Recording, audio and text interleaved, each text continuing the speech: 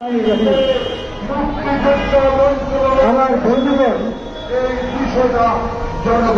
আমরা মুসলিম লীগ একমাত্র দল যে ইন্ডিয়াকে চিঠি দিয়ে বলেছে যে আপনারা যা করছেন বাংলাদেশে সেটা ঠিক না। একমাত্র দল, কারণ ওদিকে বক্তৃতা চলছে, কারণ সাহস নয় ইন্ডিয়াকে চ্যালেঞ্জ করার।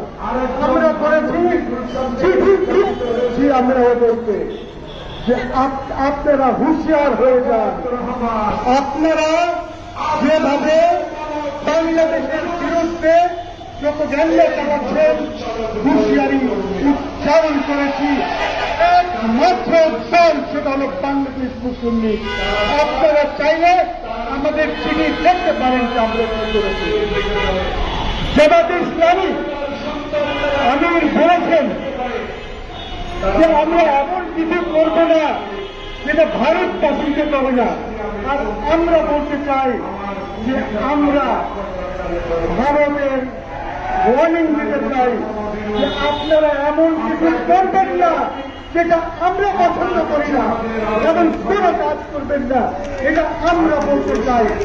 এদিকে যারা ওরা বলবে না, সাহস নাই, তারা ইন্ডিয়ার টাকায় চলে, ইন্ডিয়ার টাকা চায়। আমরা কারোর টাকায় চলি না, আমাদের টাকা পয়সা নাই, আমরা নিজেরাই খরচ করে কাজ করি। বন্ধুগণ, যদি ভবিষ্যৎ কারণ থাকে তাহলে একমাত্র বাংলাদেশ মুসলিম লীগের আছে, একমাত্র বাংলাদেশ মুসলিম লীগের আছে। হয়তো আপনারা এখন বুঝতে পারছেন না, হয়তো আর কয়েক মাস পর বুঝবেন যে বাংলাদেশ মুসলিম লীগ এই দেশ কি করতে চায় এবং কি করবে। আমি এর আগেও বলেছি আমরা ছোট হতে পারি, আমরা ছোট হতে পারি, কিন্তু অনেকের চেয়ে বেশি আমরা মজবুত আছি, আমাদের অনেক বেশি ক্ষমতা আছে অনেকের চাইতে। কেন ক্ষমতা আছে? কারণ আমরা চিন্তা করি, চিন্তা আছে, আমাদের ভিশন আছে, আমরা 10-20 বছর সামনে দেখতে পারি যে কি হচ্ছে। 1906 সালে স্যার সলিমুল্লাহ যা দেখেছিলেন সেটা বাস্তবায়ন হয়েছিল 40 বছর পর বাস্তবায়ন হয়েছিল। আজকে আমি বলছি আমরা যা দেখছি আপনারা তা দেখছেন না, দেখবেন একদিন আরো কাজ করে দেন, দেখবেন যে মুসলিম লীগ কোথায় যায় এবং কি করে। আমরা হিন্দুস্তানের ভারতের দেশের হব না, কারণ হচ্ছে মুসলিম লীগের জন্মই হয়েছে মুসলিম জাতীয়তাবাদ নিয়ে, মুসলিম লীগের জন্ম হয়েছে মুসলিম জাগরণ নিয়ে। কাজে আমরা ইনশাআল্লাহ এই 17.5 মানুষকে জেগে তুলব এবং ইনশাআল্লাহ এই দেশে মুসলিম জাতীয়তাবাদের ভিত্তিতে আইন কানুন হবে এবং রাষ্ট্র সৃষ্টি হবে মুসলিম জাতীয়তাবাদ। আমরা আল্লাহু আকবার, আল্লাহু আকবার, জিন্দাবাদ। বন্ধুগণ, মুসলিম লীগ আপনাদেরকে নিয়ে চিন্তা করে, অন্যরা যারা আছে ওদিকে তারা চিন্তা করে নিজেকে নিয়ে।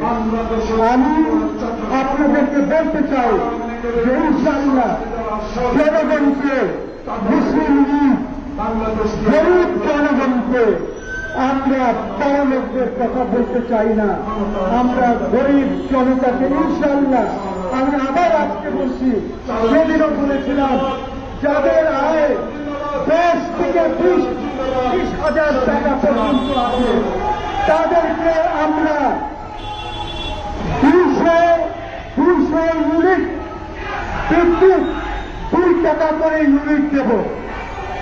এইটা হলো আমাদের অঙ্গীকার।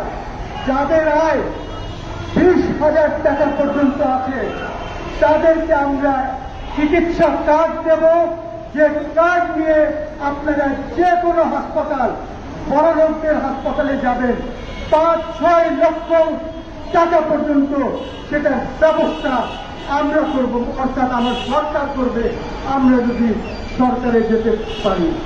আমরা আপনাদের খাওয়ার পানির বন্দোবস্ত করব এবং আমরা নিশ্চিত করব যে এই দেশে যিনি না খেয়ে কেউ মরে না। প্রয়োজনে আমরা ঢাকা শহরে বা বিভাগীয় শহরে 1000-2000 গরিব লোকের খাওয়ার বন্দোবস্ত করব, অ্যাটলিস্ট এক বেলা আমরা করব। এটা মুসলিম লীগের অঙ্গীকার আপনাদের কাছে। আপনারা মনে করছেন যে আমরা কিছু করতে পারবো না, অনেক কিছু করতে পারবো ইনশাল্লাহ। যে আপনারা জাতি হিসাবে মাথা উঁচু করে দাঁড়াতে পারবেন। আমরা অন্যদের মতন কথা বলি না, নিজেদের জন্য কথা বলি না, আপনাদের জন্য কথা বলি। আপনারা দোয়া করবেন সবাই মুসলিম লীগের জন্য।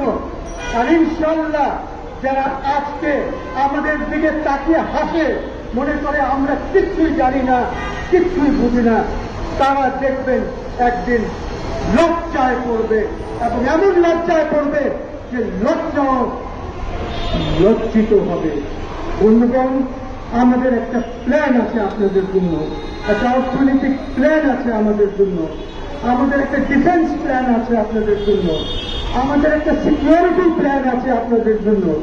এবং এই সিকিউরিটি প্ল্যানে আমাদের সবচেয়ে গুরুত্বপূর্ণ হচ্ছে খাদ্য সিকিউরিটি সবচেয়ে গুরুত্বপূর্ণ।